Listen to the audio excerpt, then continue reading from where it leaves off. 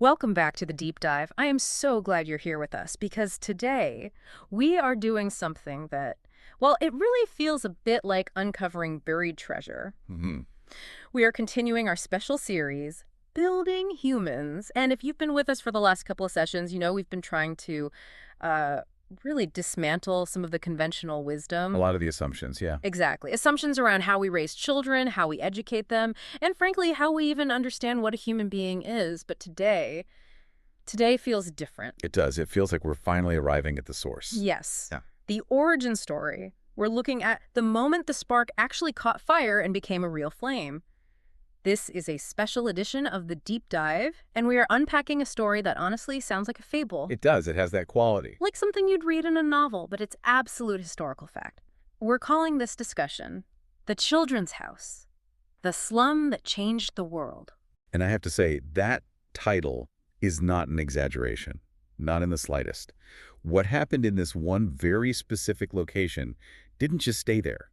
It rippled out. It rippled out. It completely upset the established order of psychology, of pedagogy, in a way that we are still feeling today, Even if we don't realize it. even if we don't always realize where it came from. Okay, so before we fire up the time machine, and we are definitely going to do some time travel today, I want to give a very special acknowledgement to the partners who are making this whole deep exploration possible. Of course. This series is brought to you in collaboration with the Al Mahaba Foundation and the Dar El Kalima Publishing House. Two organizations that are just so deeply committed to the very themes we're exploring, the elevation of the human spirit, the importance of understanding our history to build a better future. It's a perfect fit. It is. And their support allows us to really dig into these texts, specifically, the work of Maria Montessori and the philosophy we're finding in The Secret of Childhood. So let's set the stage. I want to invite you, our listener, to just leave the present moment behind for a little while. Forget your commute, forget the laundry pile, all of it. Mm. We're going back to the year 1907. We are in Rome, Italy. But, and I need to be really, really clear about this, we are not going to the realm of the postcards. No, not at all. We aren't throwing coins in the Trevi Fountain. We are not staring up at the ceiling of the Sistine Chapel. No. In fact, if you were a tourist in Rome in 1907, you would have been warned, very explicitly, to stay far, far away from where we're going. Which is where? We are heading to the San Lorenzo district. And the source material, it paints a pretty intense picture of this place. This wasn't just a poor neighborhood. It's described almost as a disaster zone. What was actually going on there? To really get San Lorenzo, you have to understand the economic context of that time in Rome. There had been a massive building boom, just a huge one. Oh, okay. Speculators were throwing up these giant, quite imposing apartment blocks, expecting the middle class, the wealthy, to move in. It was a classic bubble. And like all bubbles. It burst. Of course it did. It was a tale as old as time, as you said earlier. The economy crashed hard. So all of a sudden, you had these enormous, half-finished structures. Just sitting there.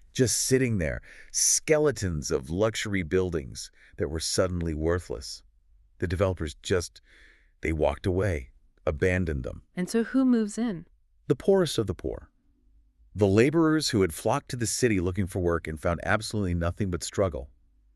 San Lorenzo became a slum, but a very strange slum, with the architectural bones of a wealthy district. That's a haunting image. It was overcrowded, it was unsanitary, it was dangerous, a real powder keg. And in the middle of all of this urban decay, you have the children. And this is really where the conflict of our story begins, doesn't it? It is. Because the general consensus, the conventional wisdom of 1907, was that the children living in San Lorenzo were, well, the absolute bottom of the barrel. They were written off.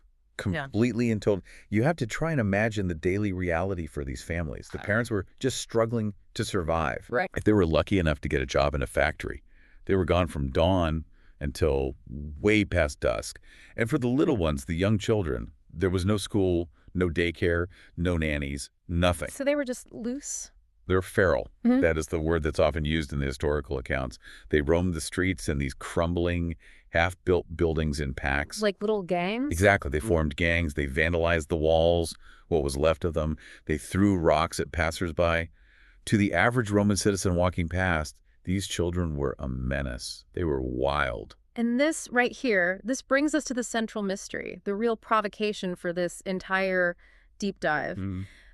We have a dangerous slum. We have children who are labeled wild, unteachable, and naturally destructive. And yet this specific spot is where a global revolution in education begins. It creates a massive cognitive dissonance, doesn't it, Mm-hmm. when you put it like that? It does. It absolutely does. Because if I told you we were going to find the secret to civilized behavior, the secret to high-level literacy and calm, intense focus, you'd expect to find it in a posh boarding school in Switzerland or something. Right, somewhere pristine and well-funded. You would not look for it in a Roman tenement basement with a bunch of kids who had been, throwing rocks at people just yesterday.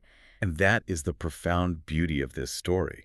It challenges every single one of our assumptions about human nature and human potential. So how did this group of so-called throwaway kids end up shocking the entire global scientific community? That is the question, isn't it? And to answer it, we have to look at that before picture with a bit more nuance. We need to Yeah. put on our scientist hats and really look at what was happening with those wild children. Okay, my scientist hat is on.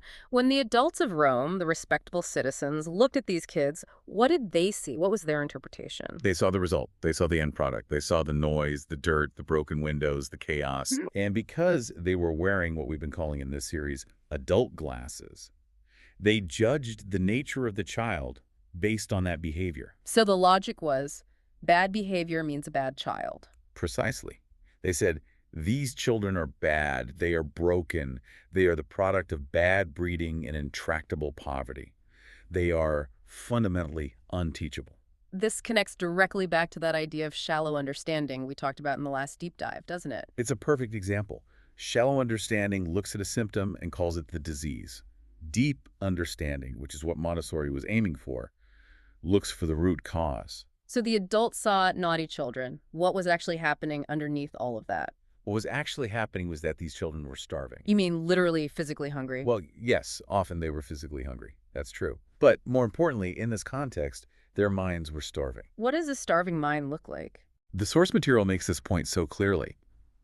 The human mind has a biological and innate drive to work, to organize, to learn, to make sense of the world.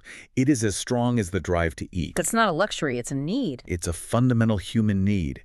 And if you starve the mind, if you put a child in an environment with no order, no purpose, nothing constructive to do, that psychic energy doesn't just go away. It curdles, it goes somewhere else. It explodes, it turns into chaos, it turns into what we call destruction. You see, a child doesn't throw a rock through a window because they are evil. Right. They do it because it's an effect, it's an impact on the world. It's a way of interacting with their environment when no other, more constructive tools are available to them. The source uses this incredible phrase. It says they were consuming the walls because they had no other mental food. Wow. That is a haunting image.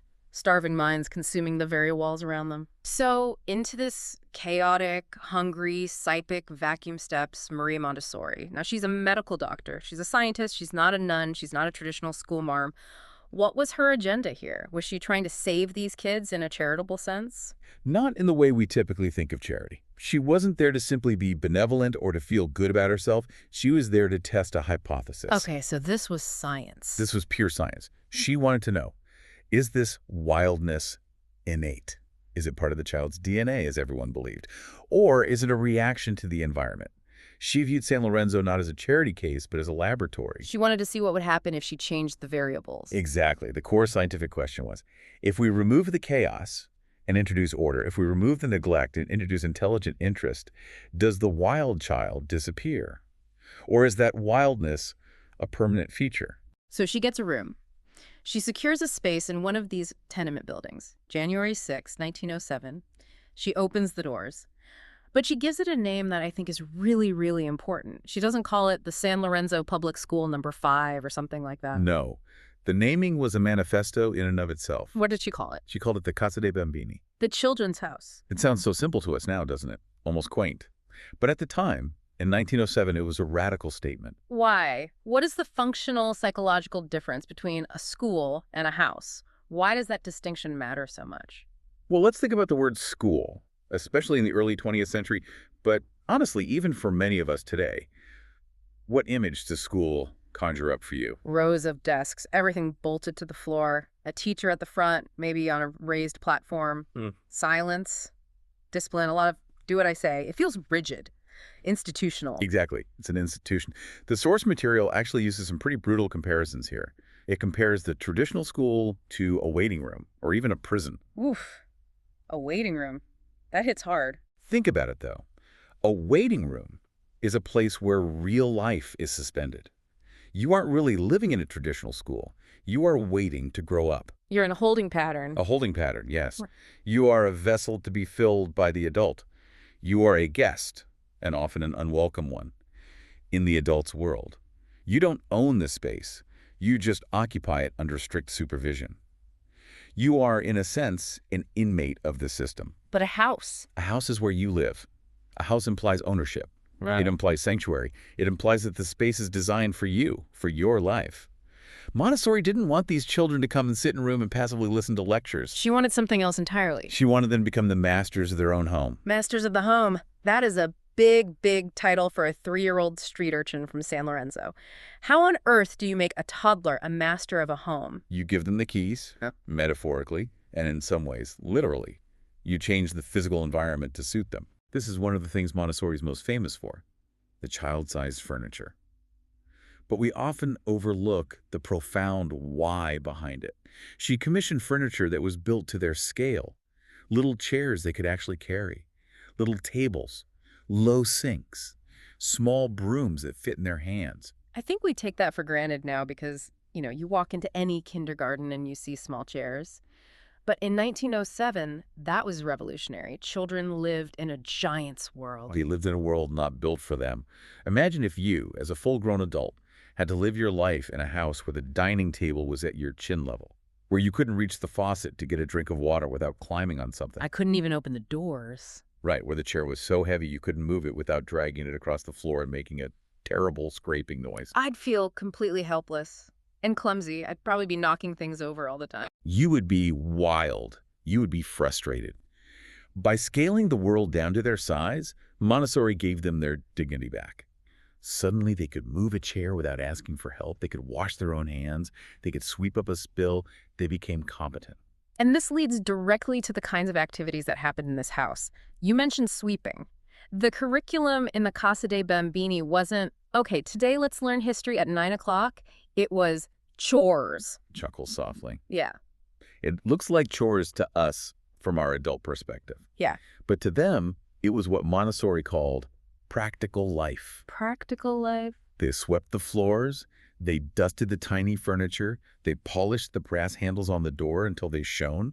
They learned to button their own coats and tie their own shoes. They even learned to serve food to one another at lunchtime, setting the tables and clearing away. Okay, I have to play the skeptic here for a second because I can hear a modern parent saying, wait a minute, I'm sending my kid to school to learn not to be a janitor. Isn't this just unpaid child labor? Yeah. Why is stripping a floor educational? That is such a classic and understandable adult glasses perspective. It's because you're looking at the output, a clean floor, and thinking that is the goal. And it's not. Montessori did not care about the clean floor.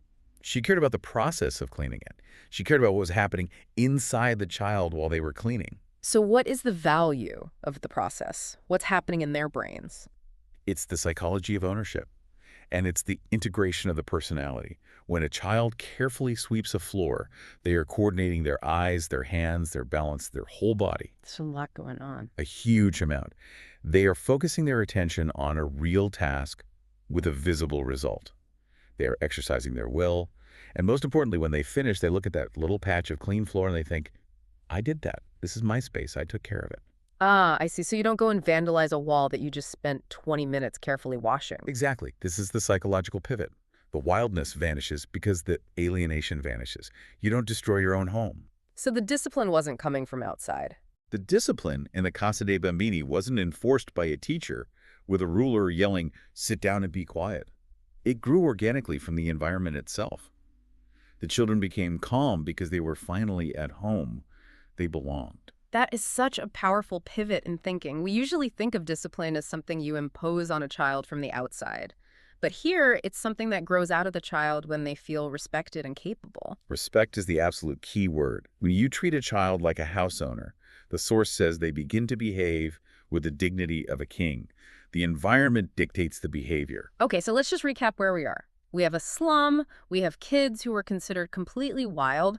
Montessori comes in, creates a house instead of a school, gives them real work and a sense of ownership, and as a result, they calm down, they become civilized. Yes. That alone is a massive success story. That alone is worth a deep dive. But that's not what made the headlines around the world. No. The calm was just the foundation. It was the necessary prerequisite. Once the internal storm had settled, something else happened, something that looked to the entire outside world like an outright miracle. We are talking about the explosion into writing. Yes, this is the moment that changed everything and put this little experiment on the global map.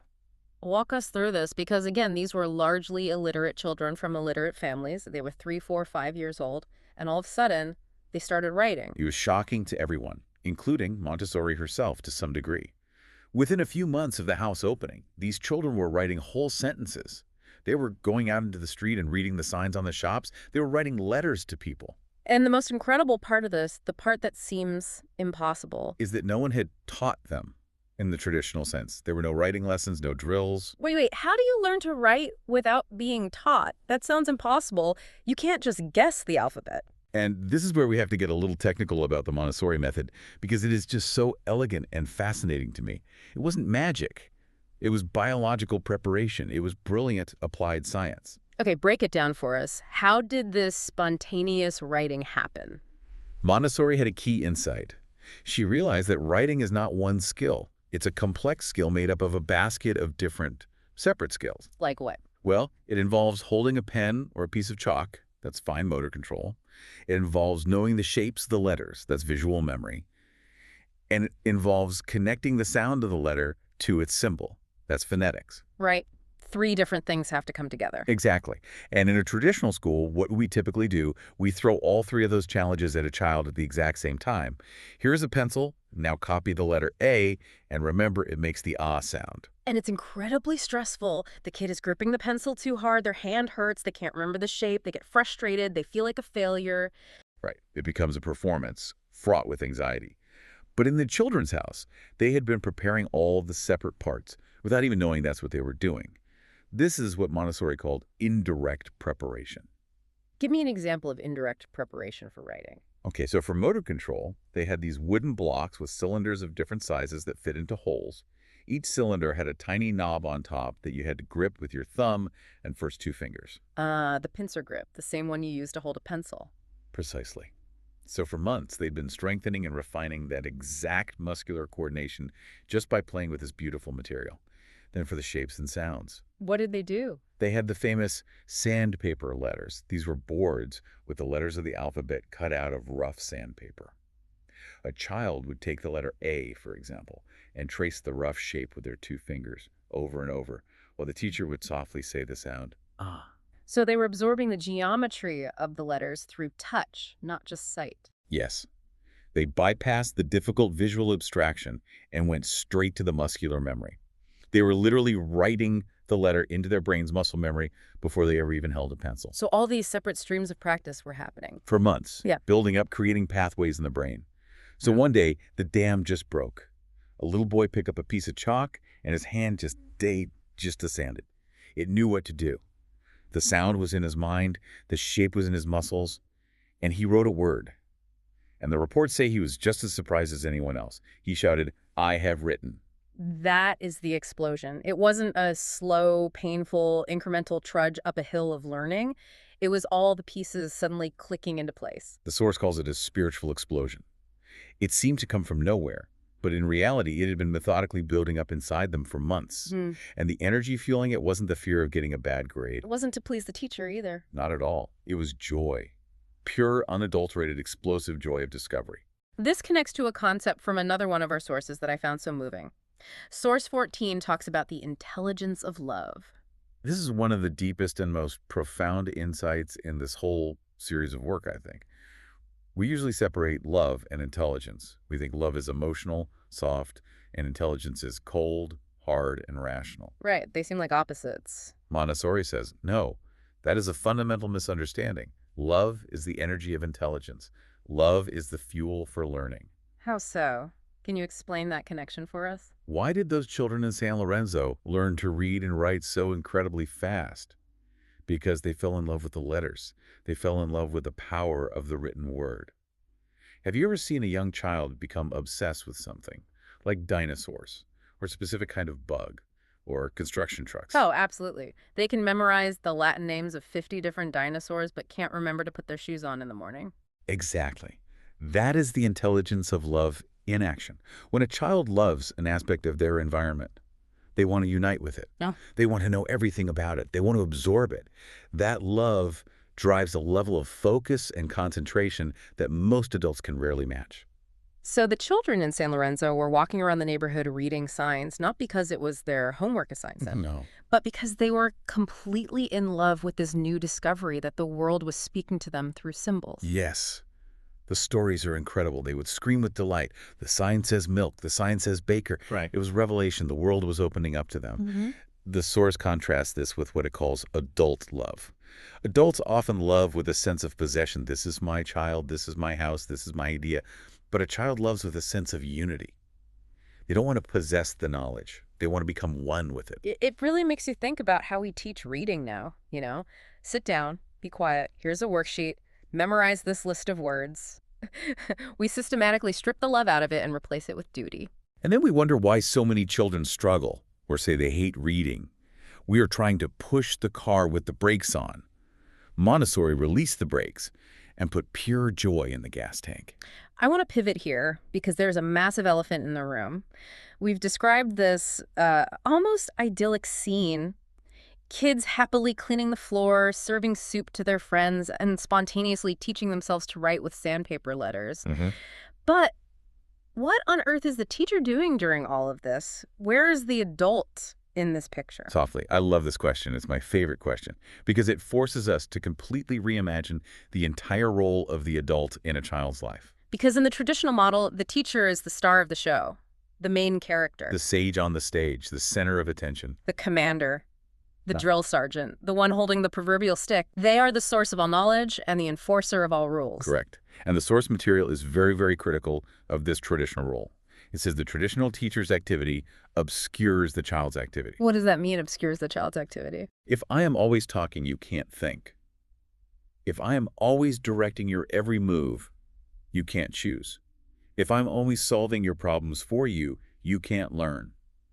The adult's constant action prevents the child's development. So in the children's house, the teacher does nothing. She just sits in a corner and reads a book. She does the hardest thing of all. She observes, and she serves. She serves. Montessori gave the new kind of teacher a new title, a servant of the spirit. That's a very loaded phrase, especially with our sponsor's motto in mind, service.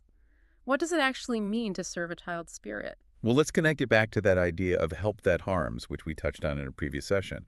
Serving doesn't mean doing everything for them. Right. If the teacher in San Lorenzo had seen a child struggling to button their coat and rushed over and said, "Here, let me do it, you're too slow," she would have been a servant to their physical body, but an enemy to their spirit. Because she would have robbed them of the victory. She would have stolen their opportunity to achieve independence.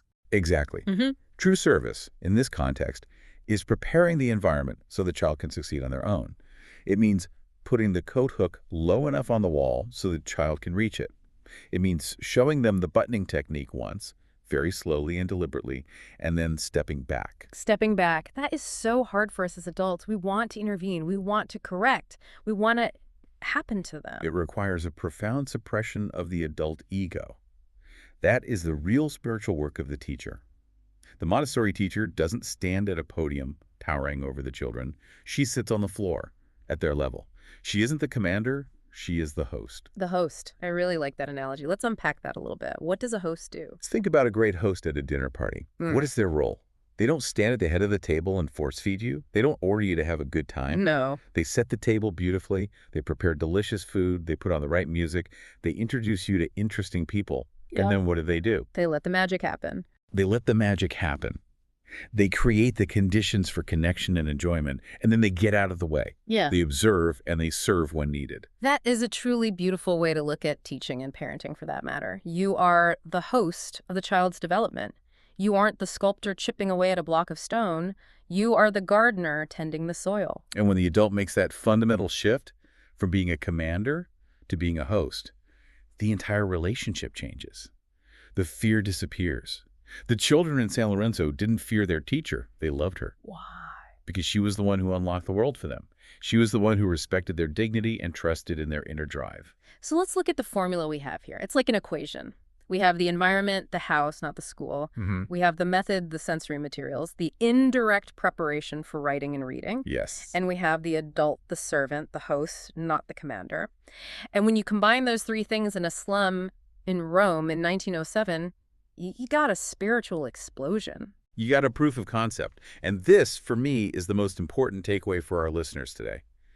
The miracle of San Lorenzo wasn't about those specific special children. Right, because we have to remember, they were considered the opposite of special. They were the bottom of the barrel. They were the ones society had completely given up on. Which proves that this potential, this deep focus, this calmness, this explosive ability to learn it, lives inside every child. Wow. It lives inside the wild toddler who is destroying your living room right now. It lives inside the student who is bored and failing in the back of the classroom. They aren't broken. The environment is broken. We are failing them. We are keeping them in these psychic waiting rooms when their whole being is desperate for a house. That is a heavy realization. It really holds up a mirror for us today. We like to think we're so advanced and progressive in 2026, but how many of our schools are still operating on that 19th century commander model? The vast majority of them, and even in our own homes. We have to ask ourselves some really tough questions. Do we give our children real, meaningful work to do? Or do we just give them electronic distractions to keep them quiet? Do we give them ownership over their space? Or do we just manage them and their messes? We often interpret love as protecting them from effort. We think we're being kind by doing everything for them, by making life easy. But the intelligence of love wants effort. It thrives on challenge. It wants mastery. Precisely. The child's spirit cries out, "Help me to do it myself." That is the fundamental cry of the developing human. And if we answer that call with true service, rather than with control, we unleash the human potential that's locked inside. And this brings us right back to the title of our series, Building Humans. San Lorenzo proved that we don't build the human. We can't. Yeah. The human builds itself if we just have the humility to provide the right bricks and mortar and then get out of the way. It's a story of redemption, not redemption through charity, but redemption through dignity. This has been, wow, a lot to process, but in the best possible way. We've gone from the depths of despair in a Roman slum to the highest potential of the human spirit. And it serves as such a powerful reminder that the solution to our biggest problems often lies at the places we least expect to find them. Who would have thought the future of education would be written by wild children in a tenement basement? It's incredible. And if this conversation has sparked something in you, if you're listening and you want to know the nitty-gritty details of how Montessori set this up, the specific dimensions of the chairs, the exact exercises she designed, the letters she wrote about this amazing transformation, you really need to read the primary text. Oh, absolutely. We've barely scratched the surface here. We're discussing the chapter, The Children's House, from the book, The Secret of Childhood. Where? And it is essential reading. It is not a dry academic text. It's vibrant, it's full of life and profound observation. And you can find that work and help support the preservation of this important history by visiting the Dar el Kalima Publishing House. Their website is darelkalima.com. Support the history, build the human. It's a resource that can really fundamentally change your perspective on childhood. We are nearing the end of this leg of our journey, but we are not done with building humans. Not by a long shot. We've talked about the environment, we've talked about the adult, but there is one more critical piece of the puzzle that we've hinted at. The secret of concentration. Yes. We mentioned that the children became calm, but it's so much more than just being quiet. There are these incredible stories of the children in the Casa de Bambini being so focused on their work, on these materials, that they didn't even hear music playing right next to them. They were in a trance. That trance, that state of deep, effortless concentration that modern psychology calls a flow state, that is the key. That is the key to mental health. It is the key to everything. It is the very mechanism by which the personality unifies itself and becomes strong. And that is what we're going to dive into next time. You will not want to miss that. Until then, please remember the motto that guides us here on The Deep Dive and the motto of our wonderful friends at the Al-Mahaba Foundation. Love for all, service for everyone. Love for all, service for everyone. Thank you for listening. We'll see you in the deep end next time.